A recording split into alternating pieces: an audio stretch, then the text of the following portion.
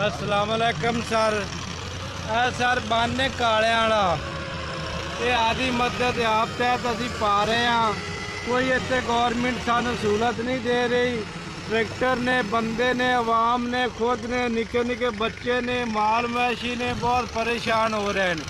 ये पिंड अगर बन लुटता है तो तकरीबन 15 पिंडा नुकसान पहुँचाएगा। हुत्ते नू, माड़ी नू, बुबलाने नू, मनवर नू, 7 के भी, 8 के भी, फिरोजपुर, थोड़ा उधम सिंह 6 के भी, इतना नुकसान, इतने पिंडा का नुकसान होएगा। लिहाजा साड़ी अपील है DCO साहब वाले, कमिश्नर साहब वाले इतने कोई क्रेन भेजन फौरी।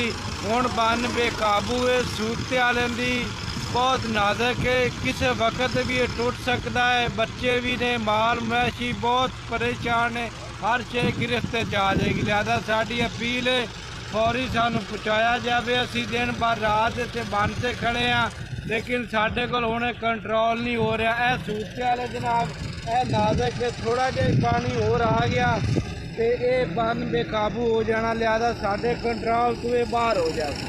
इस वास्ते 20 पिंडा नू बहुत नुकसान होगा। लिहाजा इतने सानू अपील है, फिर भी असी अपील करने जनाब वजीर आला वाले सब वाले भी सानू जितनी जल्दी हो सके सानू इत्थे सपोर्ट दी जाए तो सानू क्रेन भेजी जाए, बन मजबूत किया जाए।